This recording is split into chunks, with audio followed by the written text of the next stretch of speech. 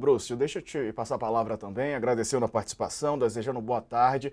Quero ir para o outro lado, né? A gente falou sobre Nunes e Boulos, vamos falar sobre o Marçal.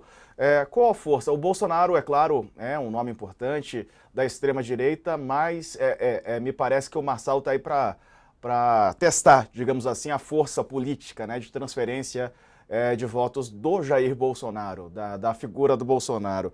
O que você acha? O que você acredita? Qual perspectiva tem? Você acredita que há um temor por parte do bolsonarismo do crescimento de Pablo Marçal, se não agora já para 2026, né? Tem campanha presidencial? Boa tarde. Boa tarde, Diego. Boa tarde, Léo. Eu acho que antes de comentar sobre o Marçal, é importante frisar uma coisa que que o Toledo falou. Na verdade, os três candidatos estão empatados. Se você olhar tecnicamente a tendência deles, eles estão empatados. E o que aconteceu depois do programa eleitoral, acho que esse é o grande divisor de águas, na verdade, é que esperava-se que o Marçal continuasse crescendo, ele não cresceu. Esperava-se que, digamos, a grande pergunta era saber o que aconteceria com o Ricardo Nunes. Ele manteve, e é possível dizer que teve até um novo crescimento, e o Boulos está estacionado. Então, se hoje alguém ganha com horário eleitoral gratuito, esse alguém é o prefeito Ricardo Nunes. Mostra que, ao contrário do que alguns imaginam, rádio e TV ainda tem um efeito muito grande, sobretudo em relação à população mais pobre. É interessante notar, e eu vou chegar daqui a pouco ao Marçal, pegando o que o Léo falou.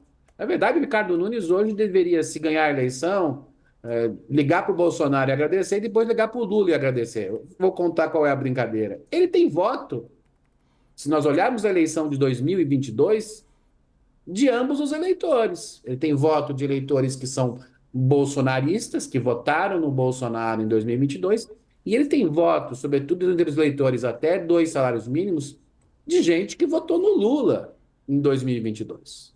Se vocês perceberem, inclusive, Ricardo Nunes fala mal do Pablo Marçal, obviamente, mas fala mal bastante do Boulos, mas não fala mal do Lula.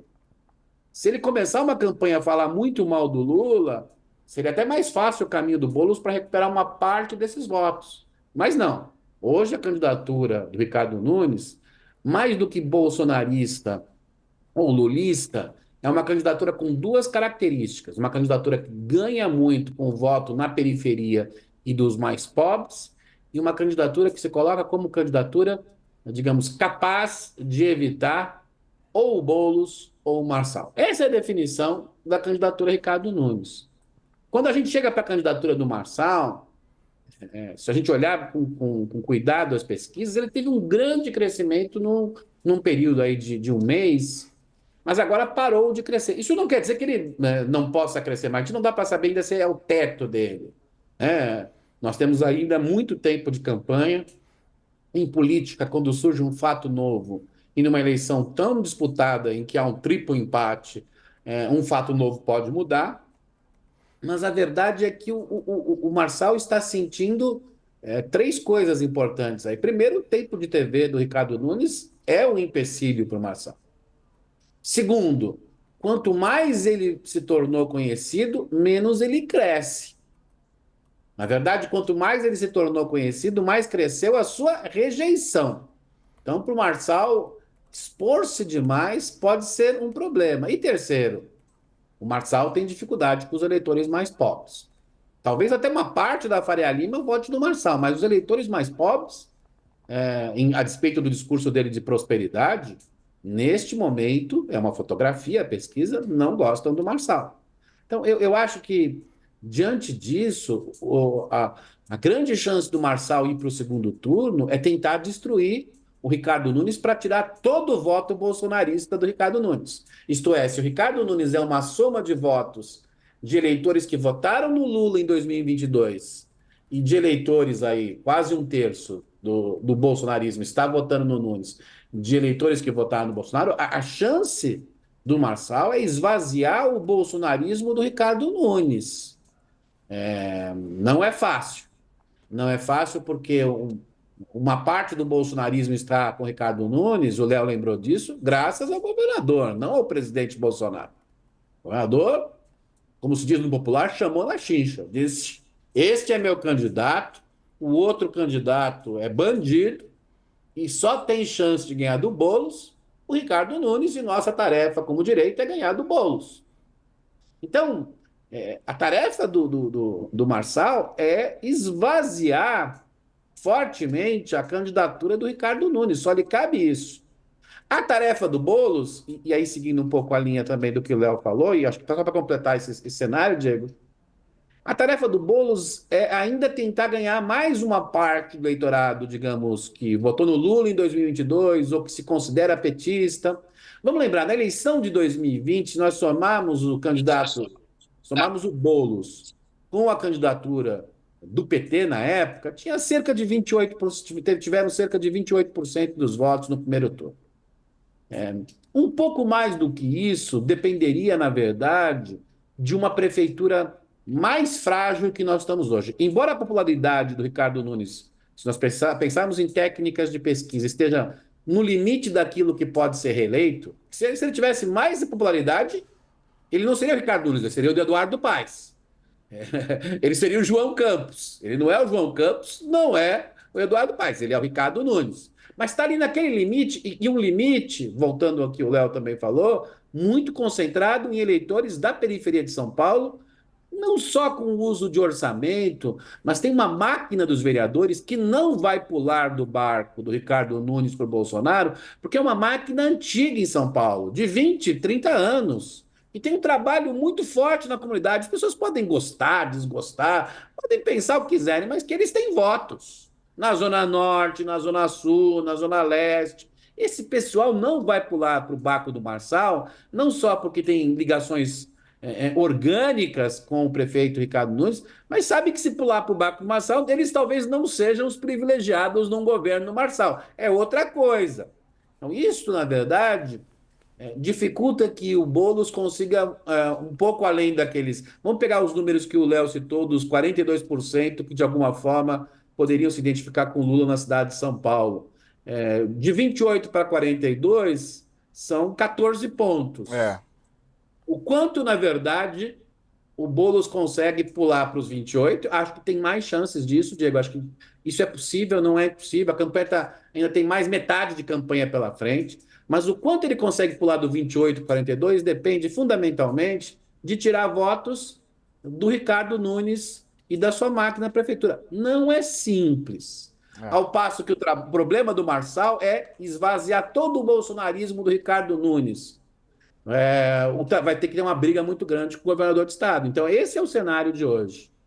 Deixa eu fazer uma pergunta até pro Brúcio, o Diego, que ele levantou uma coisa interessante, porque é o seguinte, o Marçal e o Boulos agora, né, novamente citando o Datafolha, pode mudar amanhã, mas é o que a gente tem até agora. O Marçal e o Boulos estão com consolidação de votos no Datafolha acima de 70%, 72%, 75%. O prefeito Ricardo Nunes está com consolidação de voto de 52%, né? É um voto mais volátil. Metade das pessoas falam, ok, se passar alguém mais bonitinho, mais simpático, né? Eu vou, né? E esse é o ponto. É claro, por um lado, como a gente está discutindo aqui, é muito difícil alguém que tem a máquina, e quando eu digo máquina, repito, como você falou de uma forma super correta, não é só o gastar, é a estrutura, o contato, são as redes de liderança junto com os vereadores, coisa que você constrói de décadas, e os vereadores estão aí há décadas, né? Então é muito difícil ele desidratar, ele passar por um processo de alquimização, lembrando da eleição de 2018, que o Alckmin fez e caiu, terminou com 4%, né, a eleição presidencial. Por outro lado, como você falou, você tem tipo uma parte do eleitorado que o Boulos quer que tá com o Nunes, uma parte do eleitorado que o Marçal quer tá com o Nunes, né? Como é que você acha que no meio disso, o que você acha que dessas forças, o que é mais, que é mais resiliente? Essa relação estrutural que o Nunes tem, que vai acabar cravando vereadores e lideranças e o voto periférico, uma parte dele com ele não desidrata a partir de um piso, ou essa coisa do Lula e do Marçal, os dois vão comendo pelas beiradas, Boulos e o Marçal, e vão conseguir tirar dele. Eu acho que a primeira coisa mais estrutural é o voto dos pobres. E os pobres que podem votar no Ricardo Nunes hoje, em 2026, em São Paulo, podem votar no Lula. Porque eles estão votando na eleição municipal. E a eleição municipal diz respeito ao prefeito. Então, eles estão olhando os benefícios. Quando vier a eleição nacional, eles vão olhar os outros candidatos. Quem é mais identificado com o aumento do salário mínimo? Quem é mais identificado com distribuição de renda, com benefícios como pé de meia? E aí podem votar no Lula. Aí os analistas podem achar que esses eleitores são loucos. E eu diria, não, eles estão defendendo o seu bem-estar. É mais ou menos isso que ocorre na democracia. Assim, esse é o ponto mais natural, é a pergunta: o que o Nunes tem feito até agora é suficiente para segurar esses votos? É difícil responder de forma completamente certeira, peremptória, mas por enquanto tem sido. Acho que esse é o ponto. O segundo ponto que eu acho que é importante pensar em termos estruturais é que ele tem muito, digamos, poder para ser usado em termos de campanha. O tempo dele de rádio e TV, Léo, ninguém teve desde a redemocratização para ser candidato a prefeito de São Paulo. É um recorde. As estruturas, digamos, que ele tem na periferia, repito, não é só dinheiro, é dinheiro também, mas as estruturas de vereadores que ele tem, foi aquilo que nunca o PT conseguiu fazer. O PT ganhava a eleição e não se reelegia porque não conseguia criar, digamos, fincar nessa estrutura dessas máquinas locais na Zona Leste, Zona Sul, Zona Norte. Luiz Erundina não conseguiu, Marta não conseguiu, Haddad menos ainda. O Ricardo Nunes, não me importa dizer como conseguiu, mas conseguiu. Então, isto lhe dá uma vantagem, digamos, muito forte, para não se transformar no Alckmin de 2018, para não desmanchar. Isso é suficiente para ele ir para o segundo turno? É impossível responder isso hoje, porque eles estão tecnicamente empatados. Podemos ter um cenário em que a diferença entre o primeiro, o segundo e terceiro se dê de 1, 2% entre eles. É. Então, num cenário como esse, é difícil cravar, mas ele tem vantagens estruturais. O Marçal tem a vantagem da novidade, de um discurso forte para eleitores jovens na cidade de São Paulo. Mas o Marçal, 1/3 dos eleitores em São Paulo, é bom lembrar isso, Diego, recebem até 2 salários mínimos. É onde ele não consegue entrar. A discussão com os evangélicos, por mais que ele consiga uma parte do voto evangélico, brigar com as lideranças evangélicas é perder parte dos votos evangélicos. Então, isso é um problema. Então, assim, o Marçal é a candidatura que eu diria que está menos protegida das três. Porque, e terminando com o Boulos, Diego, o Boulos tem, como lembrou o Léo, um índice de consolidação alto, junto com uma estrutura de partido, com uma estrutura de lealdade histórica a certos nomes, incluindo o próprio presidente Lula, que vai vir todo final de semana, vai inaugurar algum Minha Casa Minha Vida, vai ter a possibilidade até de um voto, digamos, útil no final, vindo da Atena, que desmilinguiu, até da própria Tabata. Isso lhe dá uma vantagem. O que significa que a campanha do Marçal vai ter que destruir fortemente os dois outros candidatos, mas, sobretudo, ela tem que destruir o Nunes. Lembra do jogo de War? Ele recebeu a carta que é a seguinte: para ganhar o jogo, eu diria que a única chance do Marçal é destruir todo o exército do Ricardo Nunes. É. Não é fácil, mas ele vai tentar e essa vai ser a grande história da eleição, eu acho. Ele já demonstrou força, né? Então, é uma frase forte até que a Bruce falou. Então, agora o foco total do Marçal pode ser no Ricardo Nunes, deveria ser, pelo menos pensando nessa lógica, né? E lembrando, Sakamoto, que temos debates, né? No domingo tem um debate da TV Cultura, na terça-feira tem um debate UOL, Rede TV, no dia 30, mais para o fim do mês, tem um debate UOL, Folha de São Paulo, e há também um debate da TV Globo, né? Encerrando no dia 20, aliás, no dia 3 de outubro. Então já temos embates próximos, domingo na TV Cultura e terça-feira aqui no UOL com a Rede TV. Qual você acha que deve ser o comportamento, tendo em vista esse empate triplo, né, até aqui dos três principais candidatos? Bem, no da Globo, eu acho que é relativamente. Vai ser muito, vai ser bastante diferente do comportamento dos demais. Porque é o seguinte, a TV Cultura é uma TV aberta, Rede TV é uma rede aberta, né? Vai ser bombada também com a força na internet do UOL, né? A gente tem o debate da própria.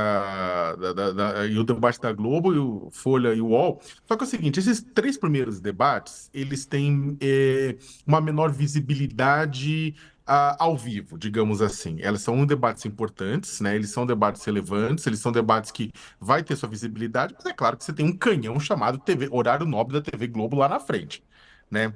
E é um canhão de visibilidade muito grande. Não dá para comparar aquela em audiência do ao vivo com as demais. Você tem muita gente que não assiste debate nenhum a eleição inteira para assistir o debate da Globo, dada a audiência, né? Então, o que acontece? Qual é o risco do quê? Por exemplo, de um Pablo Marçal ter um comportamento nesses três próximos debates, da cultura, da UOL Rede TV, UOL Folha, de um jeito, e depois vai ter um outro na Globo. Até porque é o seguinte, ele pode, quando você vai pegar as pesquisas qualitativas que são feitas pelos adversários do Marçal, quando o Marçal ele age do jeito que ele age, agressivo, batendo, não querendo responder, dizendo que não vai falar de programa de governo, procure na internet, ele é visto como arrogante, ele é visto como despreparado, ele é visto como uma pessoa ruim, né? Então, quem acompanha o debate inteiro acha que ele é ruim, né? E agora, quem assiste só os recortes que ele e os apoiadores dele fazem em vídeo, acham que ele é bom, que ele é lacrador, que ele é forte, que ele é antissistema, tudo isso mais. Não dá uma vergonha alheia que dá quando as pessoas assistem o debate inteiro. E o próprio Marcel, não estou, na verdade, inventando, o próprio Marcel já falou que ele está lá para produzir recorte de vídeo para a internet. Só que esses três primeiros debates, ele pode até estar lá para produzir recorde de vídeo para a internet. No da Globo, ele não pode. Ou pelo menos ele não deveria, na minha avaliação. Porque aí o que acontece? Você tem uma massa muito grande de pessoas assistindo ao vivo o programa. Muita gente indecisa vai lá no debate da Globo para assistir ao vivo. Ele pode ser antissistema, ele pode tudo isso, mas ele vai ter que tomar cuidado. Se ele falar, não sei essa proposta, procura no meu programa de governo, o pessoal vai falar, ih, rapaz, o cara não sabe. Pô, o cara quer entrar prefeito e não sabe que aquilo repercute mal. E vai começar o pessoal nas redes sociais a comentar a partir do debate, né? A partir do que as pessoas assistirem no debate. Então, eu acho que os três próximos podem ser usados por ele para tentar compensar a falta de horário de rádio e TV. Né? Esses três próximos debates podem ser usados para ajudá-lo a compensar, porque ele está fora, ele usa muito os debates para produzir conteúdo para ele, para poder circular. Tanto é que ele produziu esse conteúdo aonde? No Roda Viva. Ele falou para todo mundo, tô lá, olha, tô aqui por causa dos vídeos. Até a Vera Magalhães falou, poxa, mas aí fica difícil. Eu falei, tô aqui por causa dos vídeos. Né? No evento de 7 de setembro, na Paulista, ele fez o quê? Ele apareceu no finalzinho, tentou sentar na janelinha do avião, subindo, depois que o Bolsonaro falou, e aí o Silas Malafaia, macaco velho, muito esperto, falou, não vai subir não, não vai chegar no último e sentar na janelinha do avião não.